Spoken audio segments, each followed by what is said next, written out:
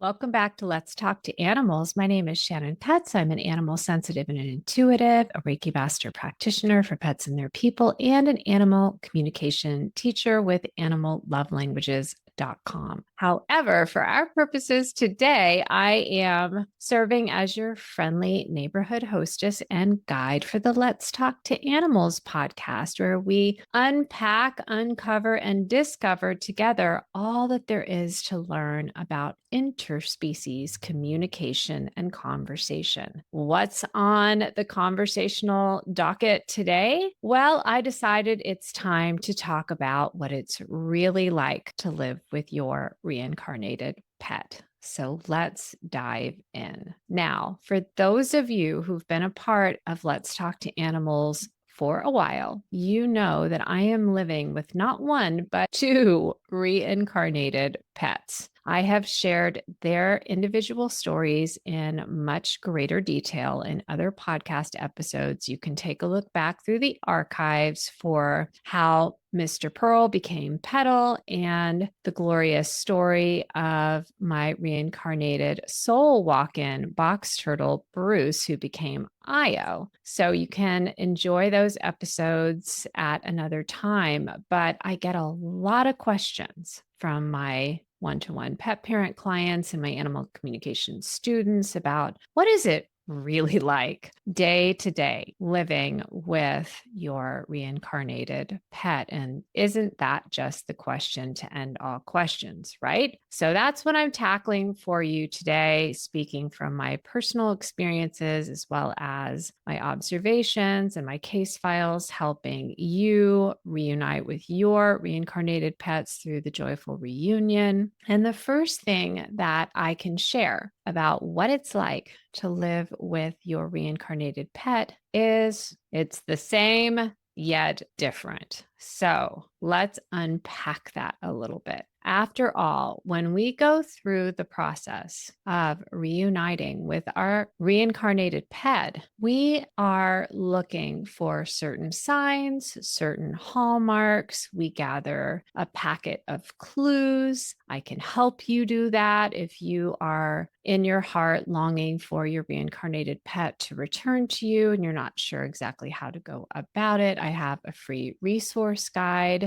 And of course, we can schedule a session and talk about that. But if you're new to this whole wonderful world of reincarnated pets, you might not be aware that what, in my experience, typically happens is that we set the intention first. Yes, I want to reunite with my reincarnated pet. I want to be with this animal. I want to share my life with this particular soul, and I want them to come back in a new body. That kicks off the joyful reunions process. And what happens, of course, is that you have made a choice. And there are many, many choices that you can make when a beloved pet needs to pass out of their physical body for any reason, age, a sudden accident, an illness. For some reason, their current body has become uninhabitable and they need to leave it. That doesn't mean that they have died. It means that their body has died. Their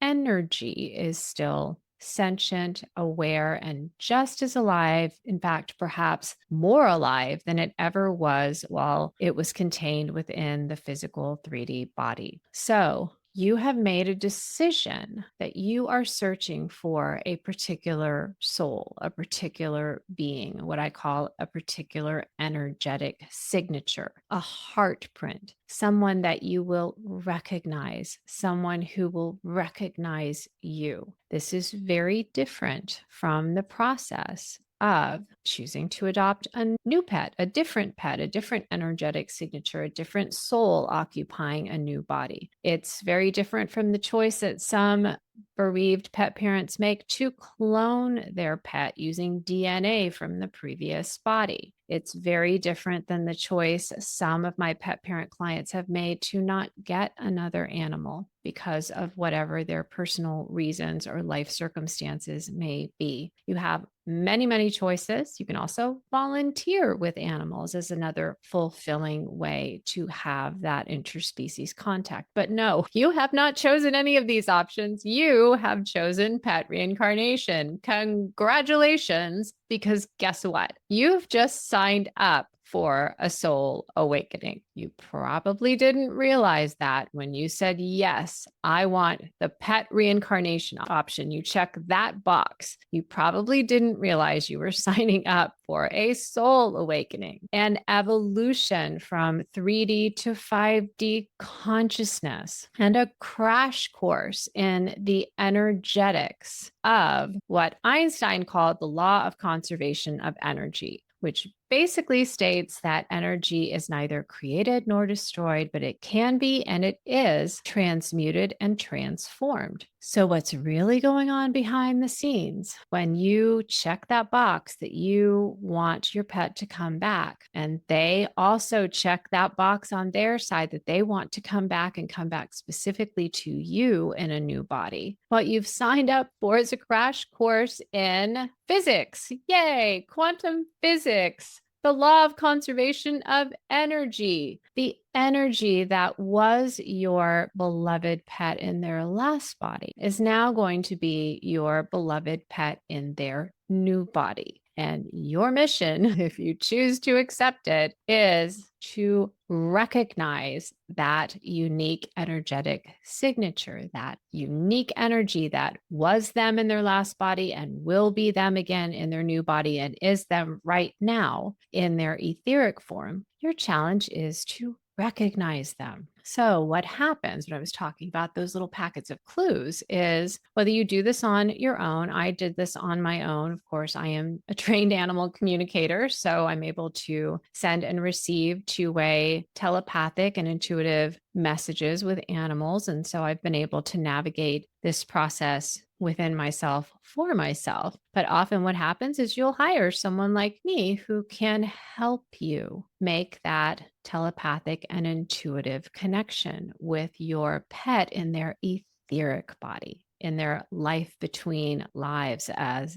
Dr. Michael Newton so beautifully put it. And as your go-between, as your interspecies language translator, I can help you gather what I have come to call a little packet of clues. And this little packet of clues is like your intuitive scavenger hunt. Gives you little bits and pieces and details, signs, symbols, things that would be meaningful to you that might not be at all meaningful to me or someone else. But between you and your pet, these little tidbits, these little clues have meaning. There's always a reason for each clue that is given, although typically we have to hold them carefully in terms of following each one literally and instead recognize them as symbolic breadcrumbs. So it might pan out that, yes, your puppy does end up getting born into a brown body with a white patch on the left side just behind the ear, or there could be another brown puppy with a white patch behind the ear in your puppy's litter. Or that could just be the image of the puppy in the photo that you see that sends you to the shelter where you meet your reincarnated pet in their actual body, which looks nothing like a brown puppy with a white spot behind the ear. And this is an actual story from my case files. So that's just an example. Of course, we're not here to delve into exactly how the packets of clues work and how to work with them. If that is something you're interested in, I would highly recommend that you schedule a session and we can walk through that for you and your pet. But just understand you're working with an intention, which is I want to reunite through a joyful reunion with my soul pet in their new body. You're gathering a little packet of clues, just signs, symbols, information to help put blinders on your intuition a little bit. So you don't have to filter 3 billion bits of data every single day as it flows through you, but rather you can be on the lookout for certain patterns in the chaos. And that's the job of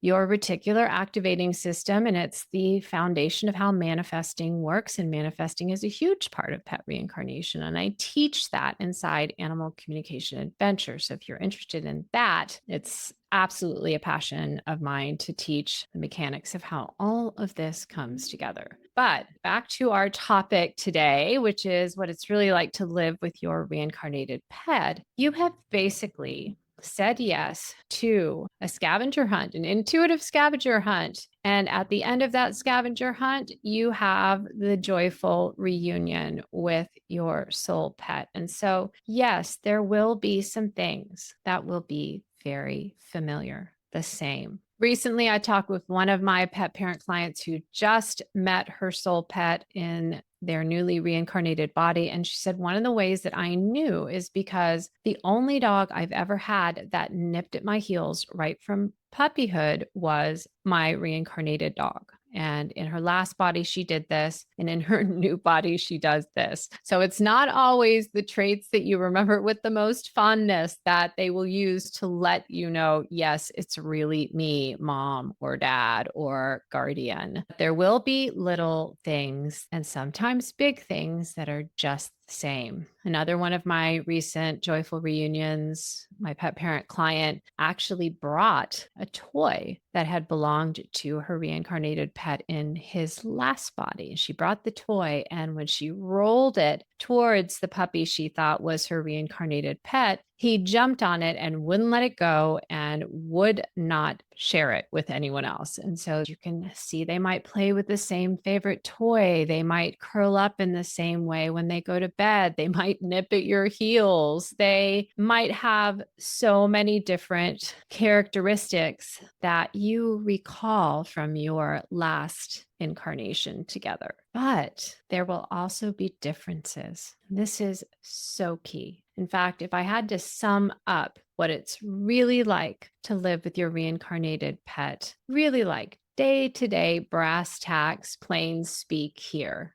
I would say it's the same yet different, and there's grief to factor in. So there will be differences and there will be grief, and we're going to tackle those in that order. The first thing to understand, and I've experienced this both with my Petal, who is the reincarnation of my soul bird of 24 years, Pearl, and also with Io, my soul walk-in reincarnation of my beloved box turtle, Bruce. He's back as Box Turtle Io. I've experienced this with both of these. There are differences that I truly feel and believe are set up to maintain the soul awakening and the evolution and the unfolding of my intuitive awareness. Because what happens with us is if we just get exactly what we want, exactly when we want it, over and over and over again, how much do you think we actually grow? How motivated do you think we are to grow? Not very, right? I know I'm not. If I'm comfortable and happy and they're serving my favorite food and I'm well entertained and I'm healthy and things are vibing along, no need to change anything here. I'm good. But if there's wavering, if there's doubt, if there's confusion, if there's indecision, I have to do something to break through that to get back to the happy, joyful, trusting, peaceful inner space that I prefer. So when you're saying yes to pet reincarnation, when you're saying yes to the joyful reunion, just understand that there will be things that will be the same, yet there will be things that will be different. And there's two reasons for this. One is what I just talked about, that we don't grow if we're not asked to stretch outside of our comfort zone. So you might be so sure, or 95% sure, or even 89% sure when you say yes to your reincarnated pet in their new body. And maybe they come home with you, and maybe they're very similar. Maybe they're sort of similar. Maybe they're really exactly identical one day and then not so much the next. And what happens is your inner trust in your own intuition as your guide will waver accordingly, and you will have to dig deeper. You will have to go further inside yourself all the way back to your core at the soul level, where you can, without a shadow of a doubt, regardless of surface exterior differences of behavior, of appearance, of preferences, whatever it may be, you recognize the energetic signature of the one that you love. This is the challenge. And while it's a little easier for some of us than others, and I'm not exactly sure why that is, I think it's because of the ways and maybe the areas in which we most need to grow and crave growth. Because with my box turtle Bruce and his soul walk and reincarnation as Io, it's been very easy. I recognized him instantly, and he's almost exactly the same. He looks a little different. He's a little smaller. He's younger, but in all other ways, he's pretty much the same. My soulbird Pearl of 24 years coming back as Miss Petal, they're almost completely different. There are so many differences. In fact, I unpacked that in the episode on our joyful reunion. There are so many differences, and it has really challenged me to go deep, deep, deep within again and again, day by day by day, and anchor back to what I know to be true, which is inside that body that looks nothing like my Pearl, even a different gender, different voice, different everything, is the soul of my love. And I understand his reasons for coming back as a she and for coming back in the form that she came back in. And one of the reasons is because Pearl, my soul bird Pearl, was the animal who brought me to animal communication. He is the only Reiki trained cockatiel, master level, mind you, that my Reiki teachers ever had, and the only one I've ever heard of. And he was by my side throughout every single step in my growth and evolution as an intuitive and as a communicator and as a Reiki master. So, of course, he's going to up the ante for me. He's going to make it more challenging for me to dive down beneath all of those layers of superficial doubt, superficial judgment-based doubt, into the heart of the matter, the core of the matter, which is, I know you, and I love you so much that if you want to come back as someone that I barely would recognize otherwise, be my guest. I just want you back. And here's the other facet of that. I said there's two facets to this. One is to challenge you to grow, and two is because all of the memories that you have made with your soul pet in their old body happened in your past. And guess what? You were different too then. You were a different you. Sure, when you look in the mirror, you see someone that you recognize. You have the same basic flavor of you. Maybe you've evolved a little bit over the years. Maybe you've changed a little bit in your appearance or your preferences or your passions or interests or hobbies or activities. Maybe your relationships with other beings look a little different now than they did then. But basically, when you walk to the mirror every morning or when you wake up in your body, in your bed, you still go, yep, it's same old me, but you're not. You're different. I look back 24, now 27 years ago when Pearl and I first met, when I actually take myself all the way back along that timeline, I realize that that version of myself is somebody I don't even hardly recognize. She is so different than who I am today. Her energetic signature is the same. Yes, she's still me, but she is such an earlier version of me that if we passed on the street today, I don't know, other than our shared love of animals, if we'd have anything in common. That's how different she is to me now. And if I have grown that much in the last 27 years, 24 years when Petal came back to me, if I have grown that much in a quarter of a century, of course, I'm going to need a fresh set of challenges to continue growing along that trajectory. So if your beloved soul pet was with you for 6 months, 2 years, 5 years, 12 years, 24 years, consider, is it realistic? Is it even wise? Is it beneficial for me to expect or to even desire that my pet come back as who I remember them to be when the person they're coming back to is so very different. So, Pearl, when I met him, he was a 5-week-old chick. He was flightless. He had permanent wing damage. He would never be able to fly. He was tiny. He was terrified. He was a runt. He was scrawny. He grew up into a powerhouse. So, of course, he's going to come back as Miss Petal, who is the largest fully flighted cockatiel I've ever seen. She is right out of the egg, loud, boisterous, sure of herself, totally confident, totally teaching me, totally owning it like the boss that she is. So if you can take a look at the differences that you observe in the reincarnated body of your soul pet, they might make a lot more sense to you if you can put them into perspective of your shared timeline throughout life and now throughout lives. You are different. Of course, they are different too. And this is not something that everyone in my field agrees on. And there are communicators out there, and I know some of them, and they are in practice and they are taking new clients. If you are just looking for someone who says your soul pet will come back and they will be exactly the same, and they will go and they will curl up in the same spot where they used to love to take a nap, and they will sleep in the same way, and everything will be exactly the same, and their body will even look the same, they're out there. So just know, as a PS, as I share what I'm about to say, that not everyone in my field agrees. And as you listen to me, please do not take my perspective as your own.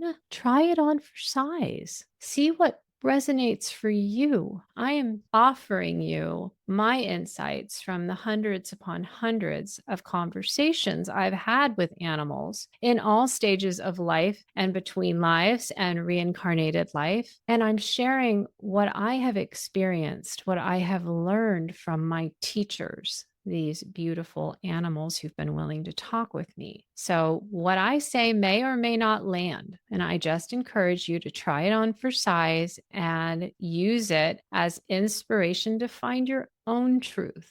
But what I have experienced is that nobody, and I mean nobody of any species, chooses to come here to Earth, which is a school that includes polarities from extreme darkness all the way to extreme light and every spot in between. No one chooses to suit up and come here if they don't have two things, two goals, two intentions. One, they have something to learn, something new, some new way to grow, and entering and inhabiting a physical body is the best way to serve that intention, to bring that intention to life. And two, they have something to teach. And again, meaning that entering into a physical incarnation inside a 3D body is the best method to accomplish this intention, to see this intention realized. So if you are wearing a body, if you are walking around in one of these groovy, cool, fully loaded spacesuits that we call bodies, you are here to learn something and you are here to teach something. And I don't care what species you are.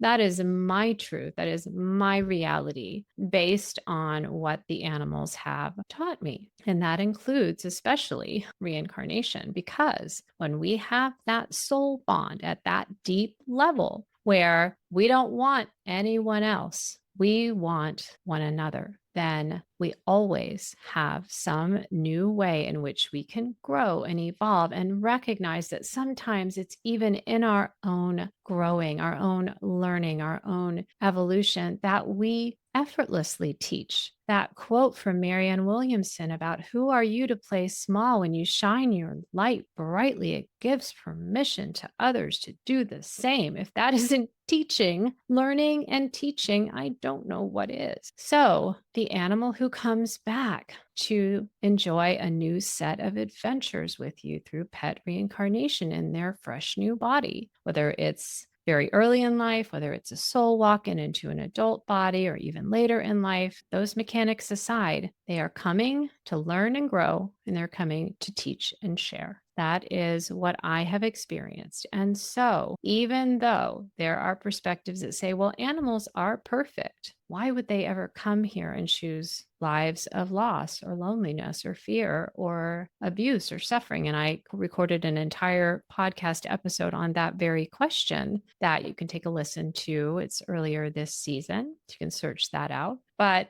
the reason is because the payoff is learning and growing and teaching and sharing. And at the soul level, because of your bond, your mutual bond of unconditional love that you share so deeply with one another, it is your goal of learning and growing and teaching and sharing, your shared goal, learning something new, teaching something new, is best served if you are together. Because underneath all of that learning and growing and teaching and sharing, it can get lonely. And there is no better motivator to keep going, especially when life gets a little challenging or a lot challenging, than knowing that at the end of the day and at all moments in between, you have the support of someone who loves you unconditionally. So that is pet reincarnation day to day in a nutshell. Understanding that those differences are there for a very practical reason, which we just unpacked, they will be there. Whether it is the way that their appearance shows up, they might have been all brown with a white patch in the last life, in their last body, and now they're all white with a brown patch. They might come back as a different species. They might come back as a different gender. They might come back in a different stage of life. They might come back like my Bruce and Io with very similar personalities and temperaments. They might come back as my Pearl and Petal with very different personalities and temperaments. And there's no better or worse or harder or easier. I don't actually know why some pet reincarnation reunions, there are more differences or fewer differences. I know within myself, it has to do with certain lessons that I'm working on, things that I've set out on my life lesson, my bucket list curriculum that I want to learn about, and also things I want to teach about. So it also very much serves me to have very deeply personal examples and experiences with either extreme so that I can share and help guide other pet parents who are at any point in between that spectrum of extremes. And so just know that if your reincarnated pet comes back and they are so very similar, almost identical, it doesn't mean that you haven't chosen a difficult lesson. It doesn't mean anything really. It certainly doesn't mean that that is the only way that pet reincarnation can happen or that you can know for sure. Because as we just talked about, those superficial doubts that you have are reminders. Keep learning, keep growing, keep trusting your gut, keep developing your intuition. Our planet's frequency is changing and 3D is not a fun place to live. And so if you want to go where we're going, you need to learn how to live from the inside out, from your heart, not your head, from your gut, not your cognitive, analytical left brain. And every single day, right in your own home, right in your own household, you have plenty of opportunities to learn that lesson, to confront, tackle, and move through doubt back to home. Oh, that's right. But I know you. Be as different as you like. Doesn't bother me a bit. I know who you are, and you know who I am. And once again, we have chosen one another in the same way. If your reincarnated pet comes back and they are extremely different in almost every way, it does not mean anything other than that is the configuration that best serves you both. And this is the other thing that we don't often think about and really stop to feel into and sit with as we're on that journey, that learning and growth journey that we call the joyful reunion of pet reincarnation, which is there's two of us here. So your pet is also learning to recognize you. They are navigating their continued bond with you, both when you doubt who they really are, as well as when you know with every fiber of your being who they really are. And they have come back with their particular body, their particular gender, their particular species, their particular personality and temperament, because it best serves them to learn and grow in turn. So they have their own reasons for the body they've chosen, the gender they've chosen, the temperament and personality they've chosen, the species or breed they've chosen that best serves their objectives as well. And that's always an interesting conversation when I get the opportunity to talk with the pet in their newly reincarnated body, checking in with them. How's it going so far? What do you guys need to talk about? That is always a good time to just check in and see where everybody's at and see what doubts are coming up. How can we work through those? What do you have to say about that? Why did you come back this way or that way? Or what's going on here? So there are many, many, many, many fresh opportunities to continue the conversation, to continue the learning journey. Many of my pet parent clients choose to come and study animal communication with me so that they can continue these conversations on their own. This is not something super, super duper extra special woo woo like I used to think it was, that only special people who are born with it can do this. We can all do this. We all have the innate birthright ability, and that's a topic for a whole different podcast episode. But before we wrap this podcast episode up, I do want to touch on the second big facet of what it's really like living with your reincarnated pet day to day. And this holds true whether your reincarnated pet rushes back into their new body or maybe takes a more leisurely journey back to their new body, is that grief happens. Grief is going to be a player at the table. Grief is going to factor into this mix. There are many different reasons for why this occurs. And it's the reason why I created my free pet parent guide to grief, so that you can understand more deeply what's happening within you, to you, at the physical level, at the mental level, at the emotional level, at the soul level. Grief doesn't happen in 5 linear steps. Boy, I used to think that was it for me. I was like, I'm going to complete those steps and we're going to get done with this awful feeling and I'm going to move on with my life. Well, unfortunately, it doesn't really work like that. You've probably already discovered this as well. And so what grief really is at the baseline level is a biochemical reaction happening within your body system. And it has to do with why we have emotions in the first place. And we only have emotions for 2 reasons. One, because they keep us safe by triggering certain actions, or they help us thrive by triggering certain different action. When we have a feeling or an emotion, which you can think of from here forward, if you're going to stick with me here on Let's Talk to Animals. And when I say emotion, what I mean is energy in motion. That emotion is pushing us to do something, to take an action. And the emotion of grief is pushing us to protect ourselves because it hurts. We have lost some essence, some level of the relationship we crave and enjoy. And what we've lost, it's not the soul connection, but it's the physical connection. It's the kinetic, somatic, tangible connection with our soul pet, with our love. Their body is not here anymore. We cannot see it. We cannot touch it. We cannot feel it. We cannot hear it or sense it or smell it. And to our left brain mind, which is not the intuitive part of ourselves, just spoiler alert here, we dive into this in Animal Communication Adventure. But for our purposes here, you just need to know left brain, not intuitive, not in the slightest. No intuitive abilities whatsoever. The left brain mind takes one look at that scenario and says, body's gone, the pet's gone, you're in danger, lock it down, shut down. And that's the grief response. Your body pumps out megaloads of adrenaline and cortisol. So suddenly you are flooded. And because our biology has not caught up to our technology yet, when that happens in the body, everything in your fight or flight says there's a saber-toothed tiger behind me and it's hungry and it's going to eat me for lunch. It doesn't just happen until you either outrun the tiger or it outruns you. It keeps happening and happening and happening because your pet's body is gone. It's gone today, it's gone tomorrow, it's gone the next day, it's gone next week, it's gone next year.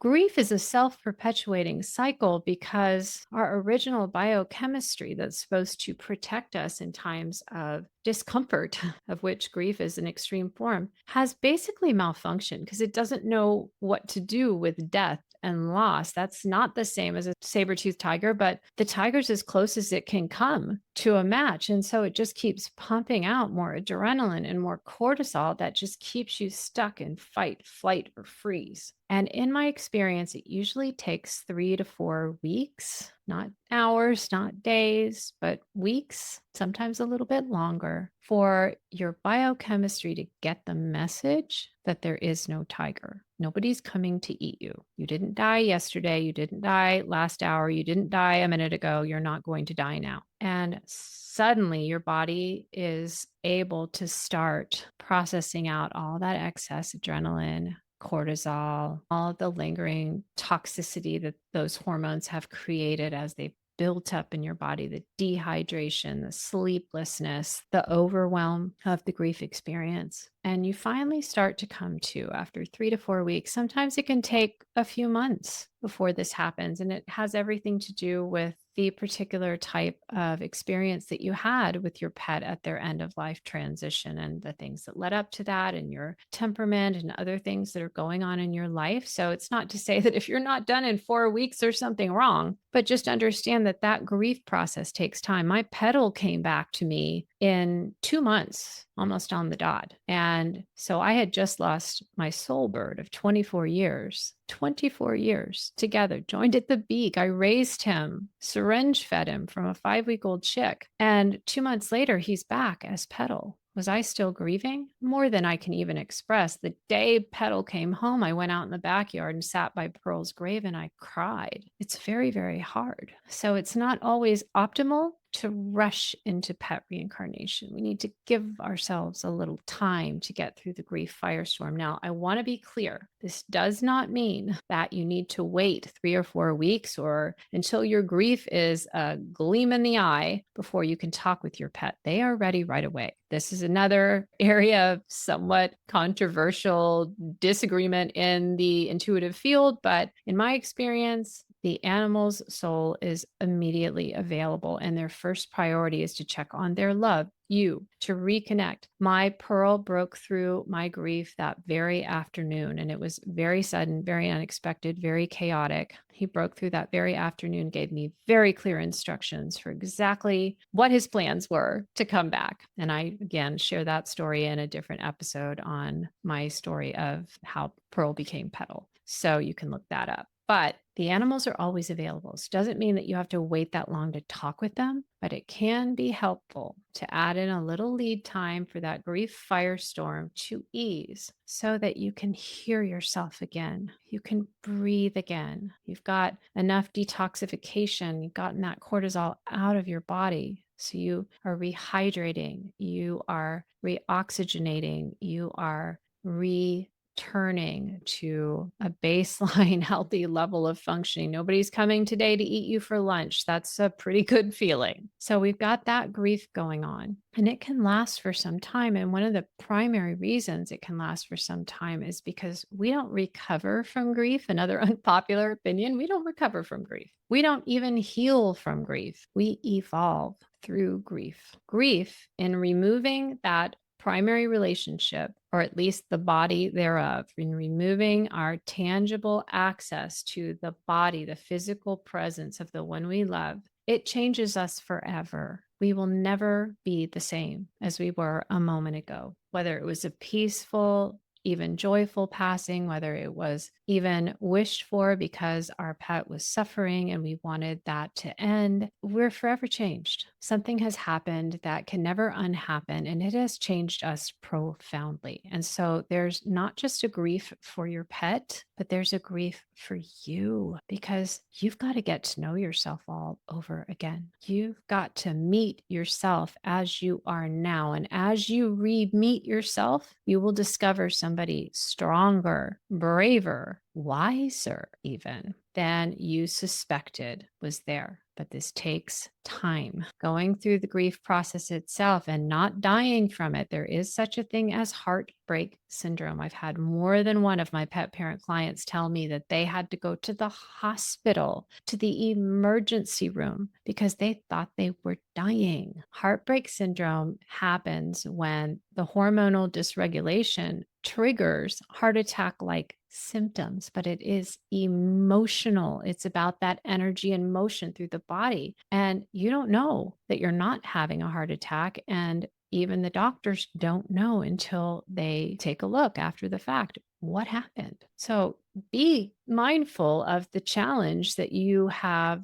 taken on by signing up for an incarnation with someone you love so deeply who is absolutely going to pass before you do. And we set all this up during our life between lives, including whether there might be multiple incarnations. Of course, we always have free will. Nothing is set in stone. It's not like we've got a bullet point list. It's more like if this happens, then that kind of a flow chart sort of a thing with major benchmarks and hopefully milestones along the way. But it's always been by design to help you fully embody the wealth within you, the vast storehouse of amazement that only grief will uncover. It's like you survive that, you can survive anything. And more importantly, you can learn to thrive. One of my earliest mentors in life once said, everybody talks about their sadness. And yes, it takes a lot of strength to hold sadness, but nobody ever talks about how much strength it takes to hold joy. So in the grief journey and the grief experience, there is implicit for those of us who are awake and aware and listening and keen to do the work of evolving through it, because the only other option isn't pleasant. It's just staying stuck. And I've seen that too. So the invitation is, if I'm strong enough to survive, I am definitely strong enough to thrive. So let's pick that. Why don't we? And that's the moment when it's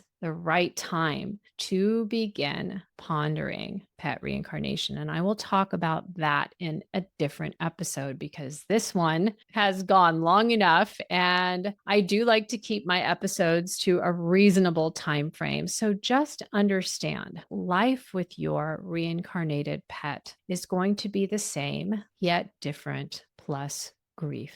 So you have to allow for the grief journey to continue to unfold, understanding you're grieving the loss of the memory of all of the years or months or even days that you had with your beloved before they passed. You're grieving the old you and the old them who is no more. You're grieving this stranger who's suddenly walking around wearing your spacesuit. You don't recognize him or her right now because you're just becoming acquainted with how strong you are and how you're still here and there's still so much potential. But right now, you're just gridlocked in this biochemical firestorm that you're not sure how to navigate. And you're grieving yourself because for most of us, our brains do a pretty good job over time of filtering out the bad and remembering the good. So most of us, at the end of our life, we will default to remembering the good stuff. That's protective. It's why it is said that time is the great healer, but it takes time to get there. And this is the process that we go through to get there, which is the grieving and the letting go, and then the choosing joy, the choosing to hold on to the good stuff and release all the rest. So you're going through all of this, even while you're getting to know your reincarnated pet in their new body, and they are getting to know you as you are now, post their loss in your same body. There is a lot going on. Even if your reincarnated pet came back and they were to the I's and the T's the same, that alone would still change them because you are changed. You are not the same. You have grieved, you have lost, and you have lived through it. And hopefully, you are now evolving through it. And you've gone through this tremendous learning and growth journey of evolution through this soul awakening that we call pet reincarnation. So you're stronger, you're more intuitive, you're more tuned in with yourself than you ever were in the past. So you have changed. Is it any wonder that you will then experience, even if your pet is to the letter exactly the same, you will still experience that they have changed because you have changed. So that's the fly on the wall perspective, a day in the life of living with your reincarnated pet. So there's the joyful reunion. And then there's the continued evolution. Let me know what questions you have after giving this episode a listen or two, perhaps. Let me know what else you'd like me to talk about on pet reincarnation, on grief, on other topics. Let me know how you've liked today's episode. It's always a joy for me to hear that a podcast episode has landed with you, or perhaps that it's generated additional questions. If you're new to Let's Talk to Animals, I endeavor to release a new episode every 2 weeks on Wednesday mornings. It doesn't always happen with the team of me and our packed schedule, but just know that is always the intention. We're in our 6th season now, so I've been doing pretty well along that timeline. And I always look forward to sharing this journey with you. So if that sounds good to you, please do bookmark Let's Talk to Animals. Give us a like, a subscribe, a follow. If you're interested in learning animal communication, head over to animallovelanguages.com. You can also schedule a session with me. Let's talk to your pet. Let's find out their reincarnation plans. And until next time, I send you all my love. Okay, bye for now.